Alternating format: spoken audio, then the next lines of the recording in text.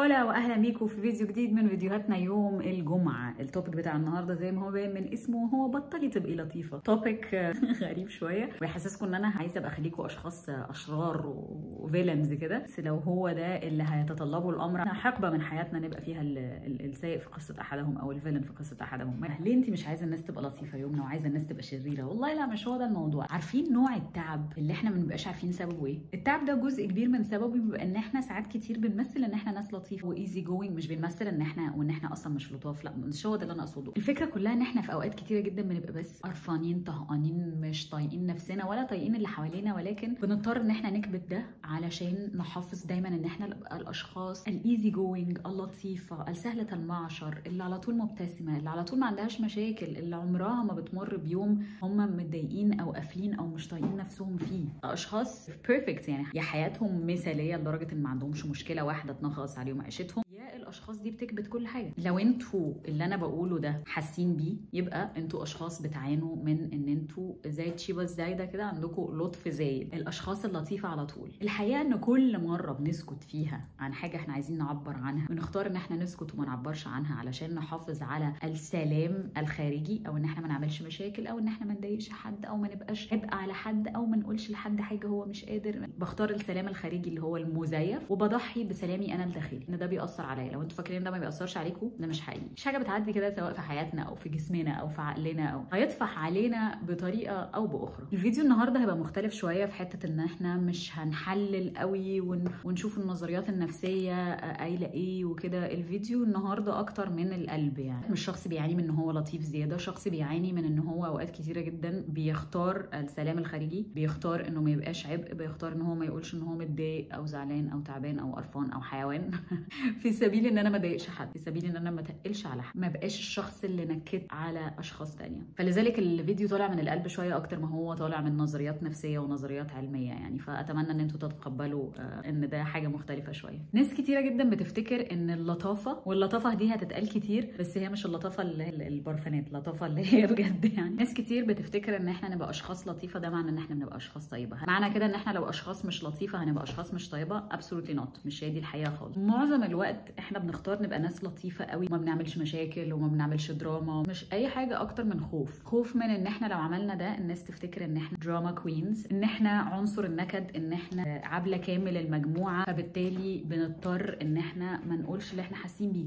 فالموضوع مش جاي من طيبه قوي على قد ما هو جاي من خوف. من الاخر يعني خوف ان انا ابقى لوحدي لو انا قلت لا، لو انا عبرت عن حاجه ضايقتني او مشكله انا حسيت بيها. في ناس كتير زيي اتربت على فكره البنت الكويسه، البنت الشاطره اللطيفه، جود جيرل سيندروم. دي لازم بتبقى بصوره معينه، هي مش حاجه كده مبهمه. انا هقول لكم بقى مين هي البنت اللطيفه الظريفه دي. البنت دي دايما متعاونه، متسامحه، متسامعه مش بتعمل مشاكل خالص حتى لو بتتعامل مع ناس بتاذيها. فبتعمل ايه بقى؟ هل في بنت بهذه المواصفات اصلا في المطلق؟ لا طبعا. انما البنت دي بتعمل ده وبتكبت بقى كل حاجه تحت، بتدفن كل مشاعرها، كل الحاجات اللي هي بتعاني منها، كل مضايقتها، عشان تبقى محافظه على انها تبقى البنت اللطيفه والجود جيرل. فبتضحكي وانت موجوعه وبتوافقي وانت عايزه تقولي لا. هي حتى لو دي جزء منها طيبه، بس هي مش طيبه متناهيه، هي طيبه نابعه زي ما قلنا من خوف. فهي دي حاجه مش جايه من احساس صادق نابع من جوايا. ولكن الاشخاص دي بيبقى ناقصها حاجه مهمه جدا، الشجاعه ان انا اتخلى عن فكره البنت الجود جيرل علشان في سبيل ان انا ابقى صادقه مع نفسي وابقى اوثنتك وابقى بعبر عن احساسي انا، مش بعبر عن اللي حواليا عايزيني اقوله او احسه او كده. طب ايه اللي بيحصل لي؟ يعني ايه الضرر من ان انا ابقى شخص طول الوقت لطيف جدا وظريف جدا وما بعملش اي مشاكل وما بقولش لا لحد وما زعلش حد مني؟ ايه المؤذي في ده؟ ايه الوحش في ده يعني؟ وايه اللي هيحصل لي لما افضل عامله كده؟ انا اقول لك. بتتحولي بالتدريج لنسخه بتراعي مشاعر كل الناس، والناس كلها بتحبك بس ما بتراعيش مشاعرك. وفي نهايه الامر انت شخصيا ما بتبقيش بتحبي نفسك، عشان في قرارة نفسك انت عارفه ان انت اخترتي راحه وسعاده كل حواليكي على حساب نفسك. يبقى ده بيحطك انت دايما في المرتبه الثانيه الثالثه الرابعه الخامسه، مش في مرتبه مهمه اصلا. في نهايه الامر فعلا ما بتلاقيش نفسك ان انت بتختاري نفسك، تختاري اللي حواليكي بس ما بتختاريش نفسك. كده بقى بتبداي تسالي نفسك بقى اسئله زي هو انا ليه حساسه كده؟ هل انا حساسه قوي زياده عن اللزوم فعلا؟ هو انا ليه الحاجات دي بتضايقني؟ ليه؟ عشان هي اصلا مضايقاكي ومضايقاكي بقالها سنين ومضايقاكي بقالها كتير، وانت مختاره ان انت تتجاهلي الموضوع ده، دفنتيه وحطيتيه تحت السجاده بيطفح عليكي، بس ده مش اكتر. تبداي تتسائلي بقى حاجات تانية. طب هو انا اللي انا حاساه ده صح؟ اكيد اللي انا حاساه ده غلط. وابدا ان انا ابرر افعال اللي حواليا rather than ان انا اصدق على مشاعري ان اللي انا حاساه ده صح. ابدا اقول ما هم برضو انا ما كانش المفروض المفروض اقول كده، هم برضو مضغوطين، هم برضو بيمروا بظروف كتيره قوي، انا ما كانش المفروض ان انا اقولها. مش معنى كل الكلام اللي انا بقوله لكم ده ان احنا ما نراعيش ظروف حد، ان ده يمشي على كل حاجه. انا بتكلم انه لما يبقى في حاجه هزه كيانك، حاجه مضايقاكي منغصه عليكي عيشتك، اتكلمي، عبري، قولي ايه اللي مضايقك، قولي ايه اللي جرحك. حتى يا ستي لو حساسه زياده عبري، مش يمكن اللي قدامك فعلا ما يكونوش واخدين بالهم. انت طول الوقت بتتعاملي ان مفيش حاجه بتضايقك، فهم طول الوقت بيتعاملوا بطبيعتهم، بصدقهم، بالاوثنتسيتي بتاعتهم. في نهايه الامر مين اللي مضرور من ده؟ انا الوحيده اللي مضروره من ده، انا الوحيده اللي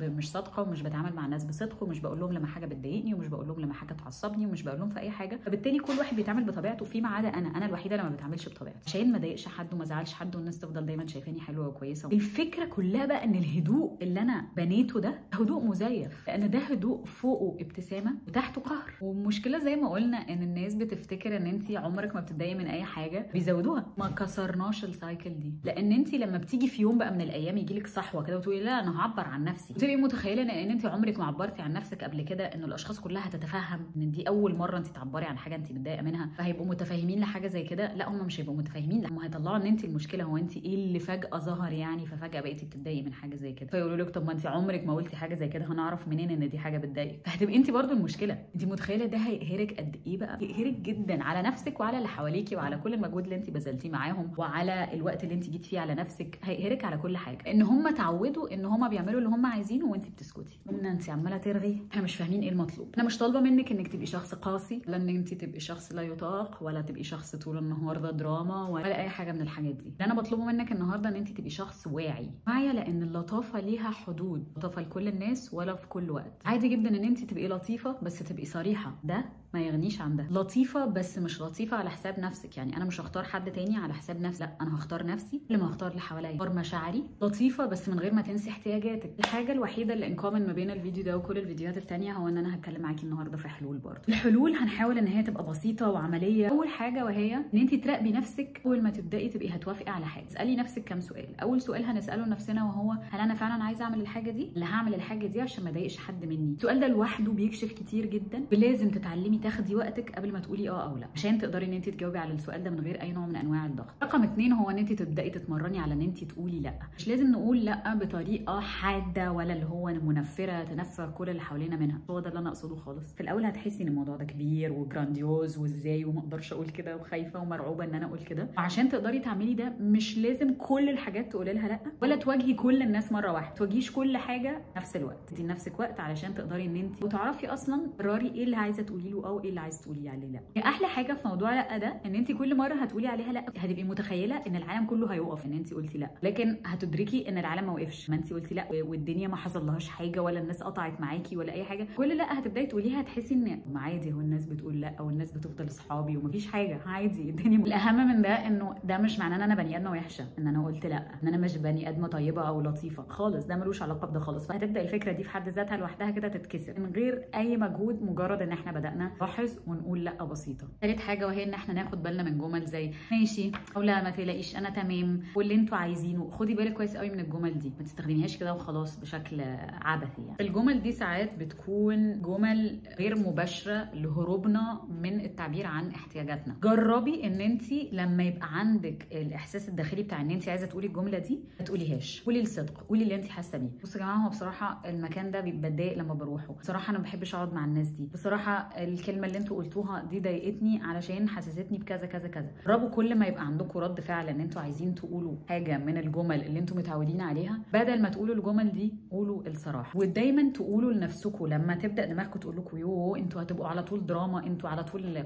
سورس النكد، كونتينر النكد بتاع المجموعه، تقولوا لنفسكم لا دي مش دراما، ده صدق. الصدق جزء مهم جدا لاحترام النفس، لازم نبقى صادقين مع اللي حوالينا ومع نفسنا لان ده احترامنا لنفسنا. رابع حاجه، اقعدي مع نفسك وحددي حدودك. بمعنى انت محتاجه ورقه وقلم وتكتبي فيها حاجات معينه انت محتاجه ان انت تبقي عارفاها عن نفسك. حاجات زي ايه الحاجات اللي انا مش هتقبلها تاني، سواء جمل، تصرفات، اي حاجه انت حاسه انه انا مش عايزه ابقى بقبل الحاجات دي تاني. ايه التصرفات اللي هتخليني احس ان انا مش مرتاحه، تصرفاتي او تصرفات اللي قدامي. ايه ردود الافعال المناسبه في المواقف اللي حصلت لي قبل كده وقعدت اضرب نفسي 100 شبشب على دماغي ان انا ما اتصرفتش بطريقه معينه. ايه التصرف اللي انا من وجهه نظري بشكل موضوعي بعد ما الموضوع خلص ممكن كان يكون لائق. ايه الكلام اللي كان المفروض ان انا اقوله، كلام ممكن ما يبقاش جارح للي قدامي قدامي، ولكن بيعبر عن صدق مشاعري انا. ليه انا بقول لكم نقعد نكتب الحاجات دي؟ لانه لما هنكتب الحاجات دي الحدود دي هتبقى واضحه قوي. واحد هيبقى واضح لينا ايه الحاجات اللي احنا مش متقبلينها ولا عايزينها، وايه الحاجات اللي بتضغط علينا بشكل كبير، فبالتالي هيبقى عندنا اطار لايه الحاجات اللي احنا نقدر نتقبلها وايه الحاجات اللي ما نتقبلهاش. ولما هيبقى عندنا الاطار ده موجود هيبقى اسهل لينا نعرف ايه الحاجات اللي عايزين نقول عليها لا، امتى تبقى مشاعري فعلا صادقه واسمع لها، وامتى تبقى ممكن مشاعري مضروبه في 200,000 ديو تو بقى حاجات ممكن تبقى خارجه عن ارادتي. فده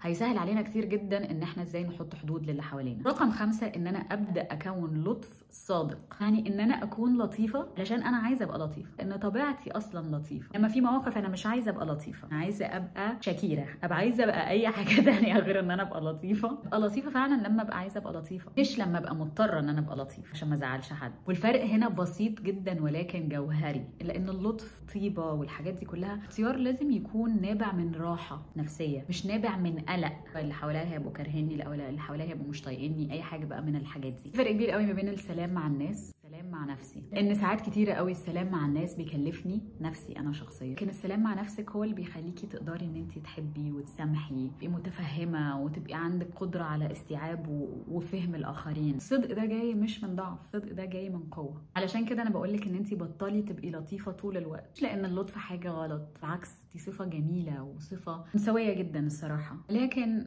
اقول لك ان انت ما تبقيش لطيفه طول الوقت لانك تستحقي تبقي صادقه مع نفسك وصادقه مع اللي حواليكي. علشان كده بقول لك دايما خلي اللطف ده اختيار انا اللي بقرر ابقى لطيفه مع مين وابقى لطيفه امتى، مش من ضعف، مش من قلق ان انا ابقى مضايقه اللي حواليا او ان انا ابقى بتبتو اراوند كل اللي حواليا فعايزه ابقى لطيفه. علشان كده اهم حاجه نقولها النهارده انك لازم تخلي طيبتك نابعه من حبك لنفسك، مش من خوفك فقدان الناس اللي حواليك. يا رب يكون عجبكم الفيديو. عارفه ان طاقتي المره دي مختلفه عن طاقتي كل مره، الفتره دي فتره عصيبه شويه، ولكن انا حتى لما ببقى بمر بتعب او زعل او اي ظروف انا بصمم ان انا اعمل الفيديوز. الله يا رب يكون حد واحد اللي بيتفرج عليا في الفيديوهات وبفيد حد واحد، ده حاجه مهمه بالنسبه لي، ان انا احس ان في حد كان محتاج حاجه معينه يسمعها وتسمعوها مني، وبقدر ده جدا وبقدر كل كومنتاتكم جدا. اتمنى يكون موضوع النهارده مسكوا زي ما هو موضوع مسسني جدا. ولو عجبكم الفيديو اعملوا سبسكرايب واعملوا فولو واعملوا كومنت واعملوا شير واعملوا كل الحاجات اللذيذه اللي انتوا بتعملوها. اشوفكم في فيديو يوم الجمعه اللي جايه.